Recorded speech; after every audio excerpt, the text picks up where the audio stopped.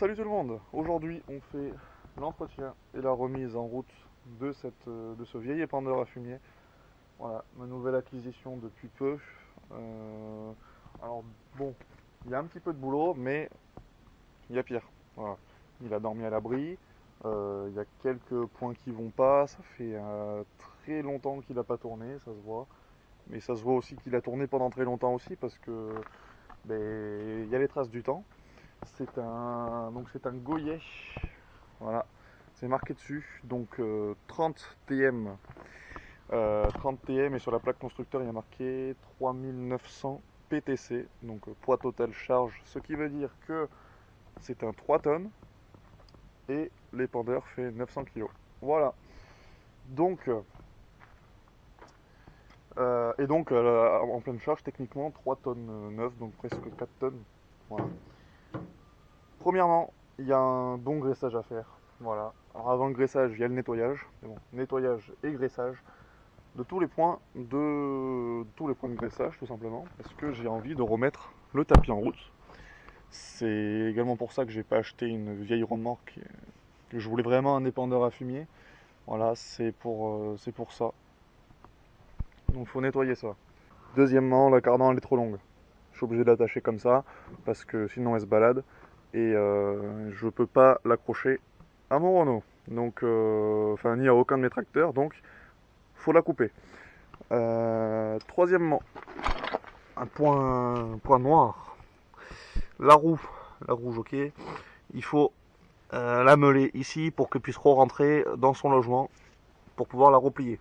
Voilà, parce que là elle est repliée à fond et elle est beaucoup trop basse. Voilà, en plus j'ai pris l'option lierre avec à l'achat, donc va falloir nettoyer tout ça. Les pneumatiques sont en très bon état, que ce soit de ce côté-là ou de l'autre, donc on va refaire la pression des pneus. Donc quand on vient à l'arrière, vous voyez, hein, il y a tout ça là. Tout ça faut graisser, c'est ce qui fait tourner le tapis. Et quand on vient de l'autre côté, ben voilà, il y a l'autre pneu. Et ce côté-là, bon, il n'y a pas de graisseur, et puis de toute façon, on s'en fout parce que ça, c'était pour faire tourner le hérisson. Le hérisson qui était là du coup. Et que je n'ai pas pu récupérer car il était par terre, c'est un peu lourd. Donc j'irai le chercher plus tard. Mais de toute façon, je ne m'en servirai pas. Voilà. Il y a la chaîne du hérisson juste ici. Je vais garder de côté. Peut-être que le hérisson, je vais le garder de côté aussi. Je sais pas. Je voulais à la base souder une porte ici, là. Mais je vais pas le faire. Et je vais vous expliquer pourquoi. En fait, si je soude une porte, déjà, ça modifie l'épandeur. Et je pourrai plus remonter le hérisson. Voilà. Ça, c'est la première des choses. Même si je compte pas pour l'instant le remonter. Deuxièmement, en fait, si je fais une porte, c'est obligatoirement comme à l'avant, c'est-à-dire faut la déboîter parce que les côtés se rabaissent de chaque côté, mais l'avant il se déboîte. Sauf que l'avant est fixé, c'est les tubes pour l'emboîter sont fixés sur le châssis. J'irai vous montrer que là, en fait, c'est le châssis aussi, mais c'est le châssis, c'est le support du tapis. Voilà.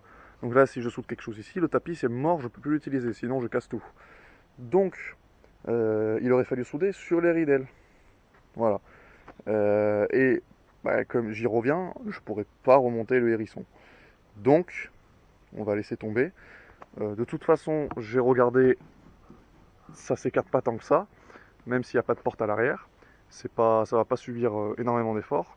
Ah si, dernier point de pourquoi je ne mettrai pas une porte ici, parce qu'en fait, comme je l'ai dit, elle va se déboîter, et donc si je charge par exemple des cailloux, les cailloux vont venir se plaquer contre la porte, et je ne pourrai pas la déboîter. Et dans ce cas-là, pour pouvoir la déboîter, il faudra laisser un espace là. Voilà, il faudra pas trop en mettre contre la porte. Donc quitte à ne pas en mettre contre la porte, autant pas se faire chier à mettre deux portes. Voilà, c'est aussi simple que ça. Voilà, ça ira beaucoup plus vite. Comme ça, on arrive, paf, on met le tapis en marche, pas besoin d'enlever la porte, ça décharge, terminé. Donc j'ai pas envie de m'embêter au niveau de ça, on va déjà le nettoyer, le graisser, couper la cardan, remettre la béquille en marche, et ce sera pas mal.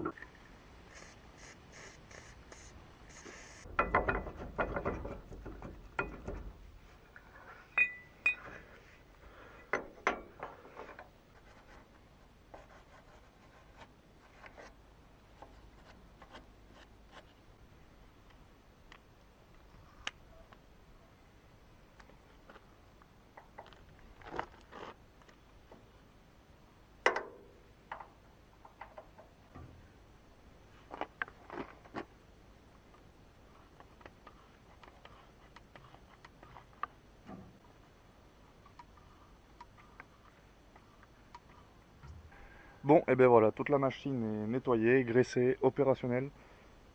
Chose que j'ai oublié de préciser pour la béquille quand j'ai meulé, enfin quand j'ai poncé plutôt, parce que j'avais vraiment un disque à poncer et non un disque à meuler. En fait, j'ai oublié de le dire dans la dernière vidéo, mais bon, c'est pas grave, je le dis dans celle-là parce que de toute façon, on s'en est également servi.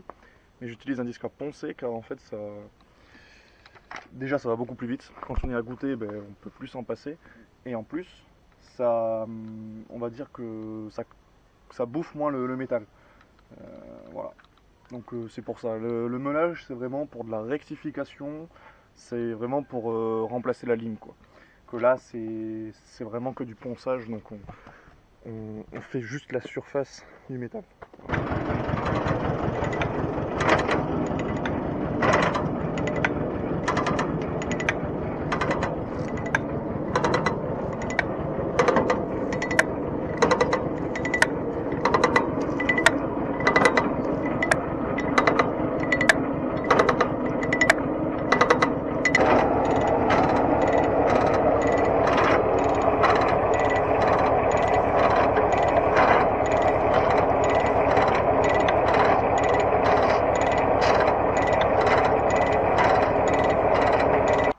Bon, ben, j'ai dételé les pendeurs. Malheureusement pas à l'abri. Ben, j'ai pas pu, hein. C'est le hangar, comme vous le savez, il est plein à craquer.